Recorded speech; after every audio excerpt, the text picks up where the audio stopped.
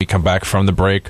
I'll bring up some of the situations where the Nets turned around, bad players, got picks, and so much more. We'll give you a breakdown on the NBA draft, MLB, NHL, and NFL, and a lot more when we come back on the home stretch on 90.3 WHPC. Time to travel back in time with your 2K Hits host, DJ Sass. First stop, Super Bowl 25 with Insane. Might sound crazy, but it ain't no lie. Bye, bye, bye, bye, bye. Next stop, the 42nd Annual Grammys with Britney Spears. Baby, one more time. And the last stop, the Stone Age. I think we travel back too far.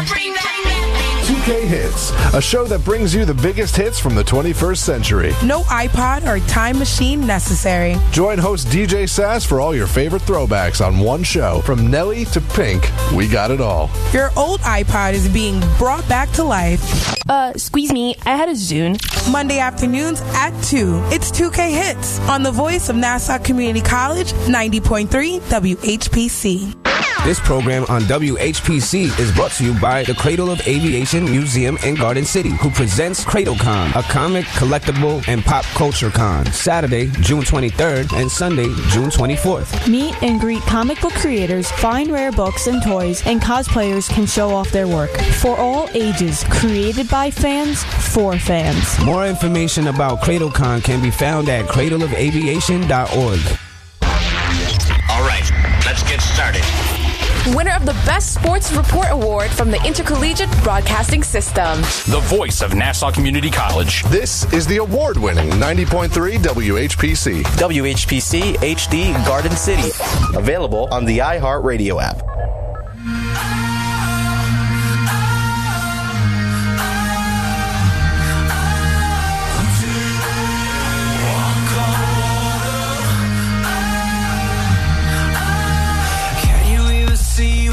Well, I mean, I don't think I can walk on water, but apparently there are certain people in this world who believe they can walk on water.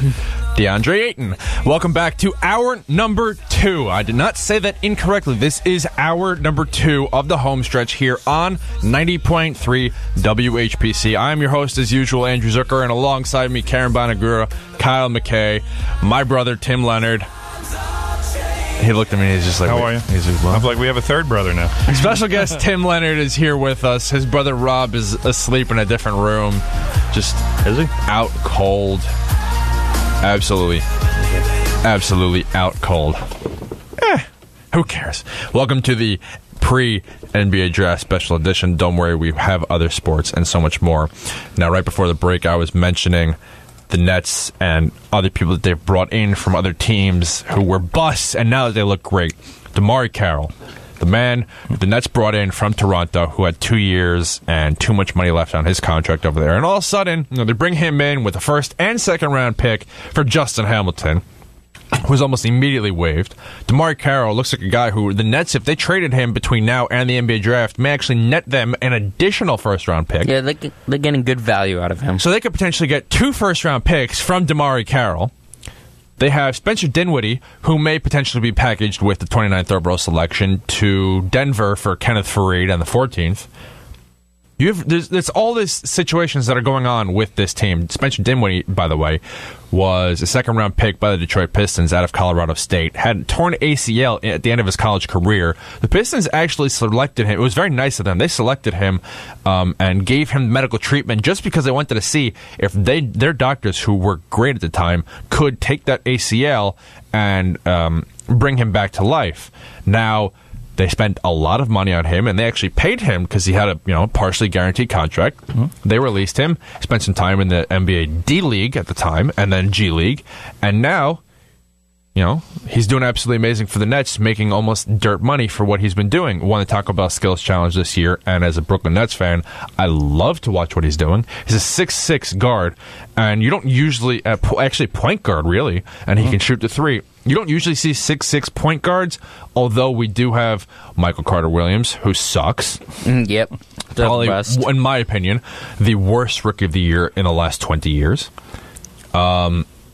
But you don't usually see a 6'6" guard who had a very rocky start to their career, or actually no start to a career, suddenly burst onto the scenes. And I'm not saying he's born for stardom, but he is definitely born for on a playoff, on a championship type team, leader of the second unit, on a middle of the pack playoff team, point guard, or right behind number 2, but essentially like a 1B option. Right. And I love watching what the Nets have done with all these things. And quick side note, there was something I saw over the weekend. Kawhi's going to go to the Nets because they have 10 former Spurs connections within that organization. Sean Marks being number 1 there, and Kenny Atkinson is a former assistant of Mike Budenholzer, who's a former assistant of Greg Popovich, and then a lot of the front office, and then they now have Tiago Splitter, who's a scout, and I'm like... That's a really extended tree. I'm like, this is so off. Leonard. 10 former people, but a video editor, they're like, yeah, but they all loved him, and he loved it. No. But getting back to my original point, it's so much fun to see. Yeah, the Nets... I remember when the trade went down, when the Nets got KG, Paul Pierce, Jason Terry for... picks that didn't even have protections, but I was like, the deed to the Nets. I was like, who cares? The deed to the Nets. I was like, who cares if they have the protections? Don't worry. What is a protection anyway? Who cares? The picks will be in the 20s. Marshawn Brooks, Chris Humphreys, Keith Bogans, something white. I was like, who cares? Yeah, look, we got burned on the Gerald Wallace trade. We gave up this guy, Damian Lillard. Don't worry about it. It happened. It's not going to happen again. No. No. Not 3 years in a row. Not possible. But don't worry. It's not like we give up Damian Lillard, Jaylen Brown, Jason Tatum, and help jumpstart a team from middle of the pack, high to low, all the way up to high. It's not like the Nets did that with that trade. It's not like they rebuilt an entire franchise. Don't worry about it. It's like KJ's here again. Could not possibly happen. That could not possibly happen. Flash forward to today. What happened? Look, there is You have to hope. say, though, their future is much brighter than the Nets. There is hope right now with this Brooklyn Nets organization. I follow them on Twitter. I follow a lot of Nets beat writers on Twitter. It's a lot of fun, actually, to see what's going on there. They have a beautiful, beautiful practice facility. I've seen pictures all over Twitter. It has this beautiful look over the water. It's absolutely amazing and stunning. It's where they have all their players come in for tryouts. I love the way the organization is run. Sean Marks. The Nets took a really big risk of bringing in a former Spurs player, and he was an assistant coach for 2 years in Sean Marks, and he's done a great job with this team, turning it around. While they were only 1 game behind the Knicks this past year, they did a lot better than a lot of people expected them to do. It was really fun to see, really fun to watch. I like how Sean Marks, even though he hasn't had a great draft pick or any draft pick in some years, what he's done to bring in these players. He brought in D'Angelo Russell. He brought in Jahlil Okafor. Now, Jahlil Okafor didn't work out for them, but you had guy number 2 and guy number 3 from the 2015 NBA draft. Yeah, as I like to call it, the Porzingis draft. The Nets didn't have a pick in that draft, and all of a sudden you get number 2 and 3 on your roster 3 years later. That's saying something. It's they didn't live up to their expectations, but this is what they've done. They brought them in, and they've had these cast-offs, and it's cool to see what they've done, and it gives me hope for the future and all these trades that they have up their sleeve. It's nice, and I look at all of these mock drafts, and I see all the names that they're floating around for the Nets. Josh Okogie, shooting guard from Georgia Tech. All of these mock drafts. Random names here and there, and I'm like, you know what? If that's who the Nets pick, I actually, for the first time in so long, have faith in the pick that they make. Yeah. I'm personally, I'm not as big a Net fan as you are, obviously, but... You sold your fandom for a bowl of lentil soup. I really do like Sean Marks because he has done things with that franchise where he's making incremental improvements because he doesn't have the benefit of the home run that he would have had if the Nets wouldn't have traded all of those first-round picks to the Celtics. And that is, to me, the true mark of somebody who knows what he's doing. He gets a guy Mark of Marks. He gets a guy like Spencer Dinwiddie. He brings in D'Angelo Russell. Both of those guys are the foundation of that franchise going forward, and he gave up next to nothing to get either one of them. So he gave up the last year of Brook Lopez, which meant nothing, although unfortunately he did give up Kyle Kuzma. Okay, that's true. But it is a trade-off because now the Nets, and to me the most important position in basketball is the point guard. Absolutely. So the Nets have the point guard of the future in D'Angelo Russell. Yeah. So they traded Kyle Kuzma, power forward, for D'Angelo Russell, and I absolutely love it. I think, okay, we trade away Kyle Kuzma, but who knows if he was in this specific situation, would he have worked out like this or not? I don't know. But it's just fun to see. Yeah, but he's a guy who I like because he's not afraid. First of all, I'm not afraid to take risks. He also is willing to kind of look outside the box a little bit and make things happen. And the Knicks obviously haven't had anybody like that in a GM role in, I don't know, longer than you've been alive. Let's put it that way. But that's what I like to see from a GM. Let's kind of shake it up a little bit. Let's see what we can do. We don't have the resources that everybody else has because we traded them all, but we still need to get better. And there's that sort of accountability from Sean Marks that he's not just sitting there saying, well, we're just going to wait a couple years until we get our draft picks back. No, he's trying to find players, and you look at what they've done with the picks that they've had, and who's the kid from Michigan they took with the bad Karis foot? Levert. To me, that was a good pick because he's a guy. And they traded away Thaddeus Young for that. But if he's healthy, no, not ooh. I actually loved it at the time. It was like we just got rid of Thaddeus Young for Karis Levert. But he's a guy who, if he was healthy in his senior year of college or whenever he came out, he's going way higher. Yes, that's why when people are talking now about Michael Porter, and I said, well, who's going to take the risk on him? You know what? If he's available at 9, if the Knicks don't take him, they're idiots. I hope he's not available at 9. He should be off the board by then. He probably will be. He probably will be, yeah. But if he's there at 9, you snap him up.